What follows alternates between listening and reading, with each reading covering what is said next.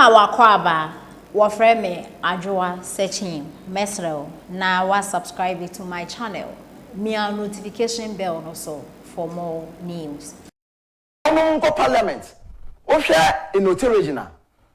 The southern part we have prospects. The northern part we have prospects. The only challenge is communication. Mechanical communication. The rest na media meme here. One more can. Yes, here. You communication. Only coded language. Coded language. And you be beyond bit TV show. Say, young man, don't forget these are border zones. Right from Volta region to Quentin of border zone. And we have a lot of unapproved routes out those areas. The NDC, we knew Volta ne aino. Minia, many no. NDC to me, rally with Togo Krat say. Part of Togo, sorry. Yeah. And you know, to me, all the organa form to but matter, to me, rally with Togo Krat and Ghana. I'm telling you. If you bought that time from KJB. But where did they get those votes from? It's in a we need to invest and make sure say yen territories now the new patriotic borders in Nana. They can't new patriotic borders. I'm looking from that angle. Some new NPP name. Near making sure say be preventing all these intruders, so that we will have the actual figures we need. What should we be to say Crouchy West? How can we lose less than 400 votes? Yes. Crouchy West 2016. So OT did well. And yes, Crouchy West is less than 400 votes. Crouchy is 500. Oko Ayam Quentin 1,600. Yes. Oko Burai is about 1,300. That's a Chinderik Burai. Ayam Chumuru. So all the areas in Nano, even Quenta South, no crana, difference in the son of crana. I am not sure what the difference of ultimate draw ya. If you are there, 20,000, make your close to go about there, 5,000, 8,000. So this tells you, say, Mayanisa Breya and car. NDC for a best rate. And they knew it. They know. They know. It's a year about. Young crop wanna see a very saucy one. Okay. Now you make sure you push on.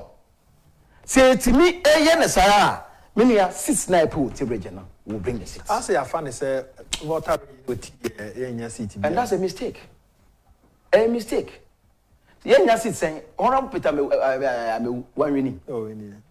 Metro Nayam, Honorable Nayam, or winning Quentin Jemayan. Or to my area or my original administration blocks. Yes, administration blocks, no. Yes, I will see. Okay. Then maybe about at least regional administration blocks, no. Okwa all along na spread there. Ban agenda 111. We have 4 in the region. This is why these are the benefits I as a region. Se can see one. I can send my way in there, and then the region. It's the benefits I then na kufa do no. Ya the seats never done as.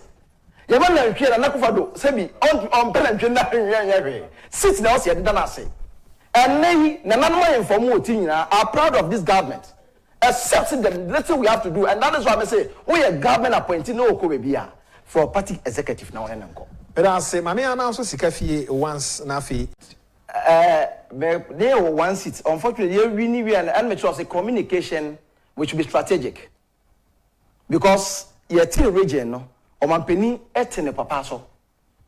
Knowing very well, see a man seat. Unfortunate. But and now Udro Terry Jaminia, Utimi won't say NPP in Frama airborne in Hotel region. Rob Benjamin Bosompra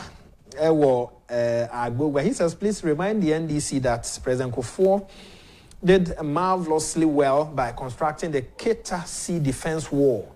Unfortunately, this did not transform into votes. Anyway, as President Nana Akufo-Addo said, he won't give up on the voter because they are part of Ghana. Openi Eda say, Keta defense war, the NDC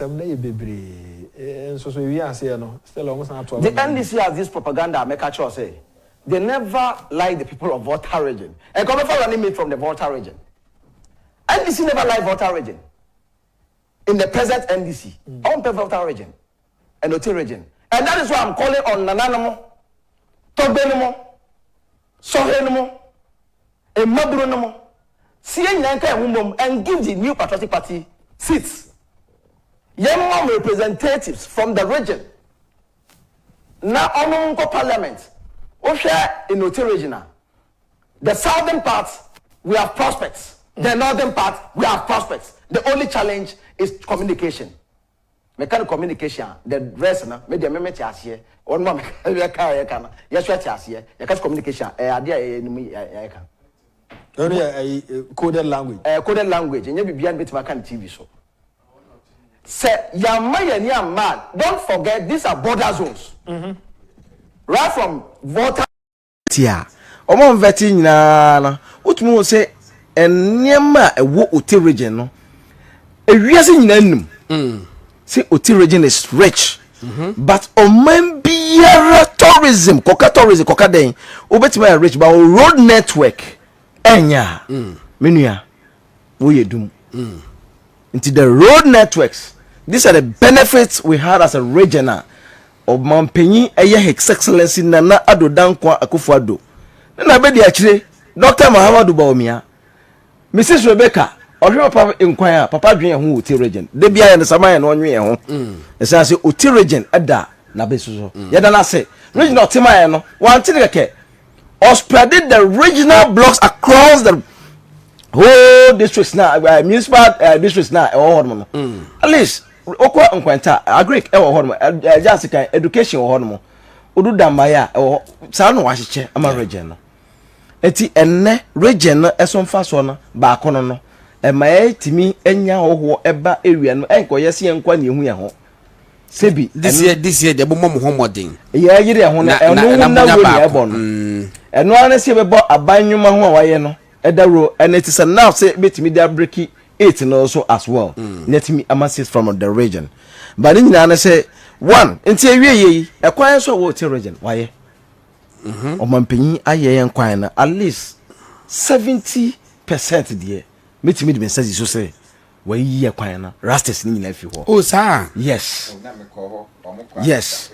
Me je sure say mo wo ehun videos kakra ne pictures kakra ha no. Ohwe eye from Kweva me kan Eastern Corridor Road na eye the NDC abandon ye no. Nana Addo Dankwa Akufo-Addo aban efa ye wo ye. O promise in fact o promise 2016 e wo jase kan.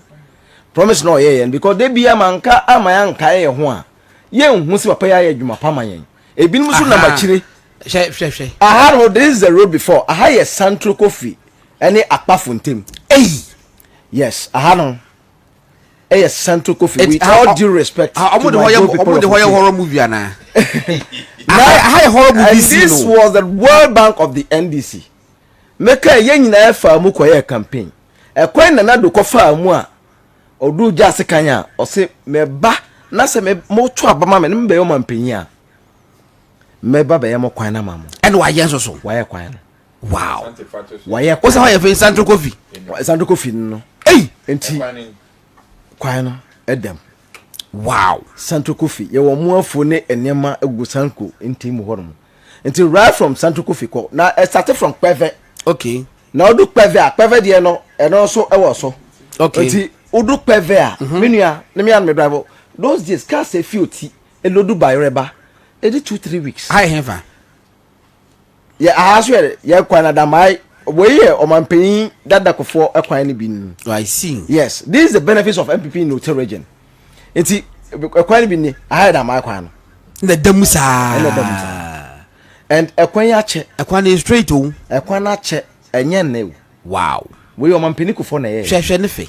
Enti the benefits of NPP in Kasana ya enjoy Ote region. Enti